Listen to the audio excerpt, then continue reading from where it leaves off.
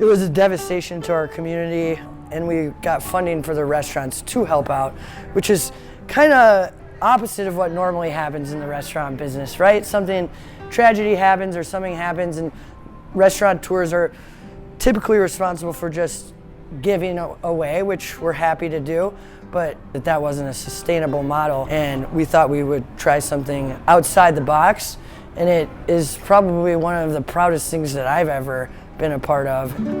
After the fire in 2020, Rogue Food Unites mobilized very quickly with hot meals, serving to the folks in the surrounding communities. Rogue Food Unites started at that moment of intense crisis here. It was the combination of the right people in the right place who saw the need and knew how to go about addressing it. That's extraordinary. RFU gave us a chance, a platform, a place to help people. Because a lot of times when disaster happens or tragedy happens, people want to help. They just don't know where or how. I'm so happy that Rogue Food United gave me that call because I wasn't expecting it, but I think I was ready for it.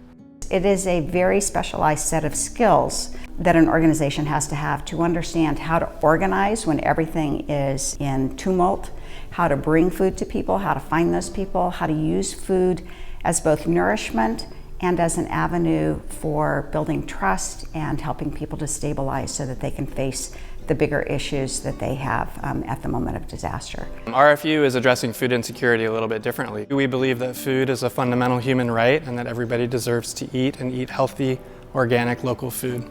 I think far beyond the impact of full bellies and full hearts is a community connection. RFU is committed to supporting our food system and our local farmers and makers and producers and restaurant owners through our programs.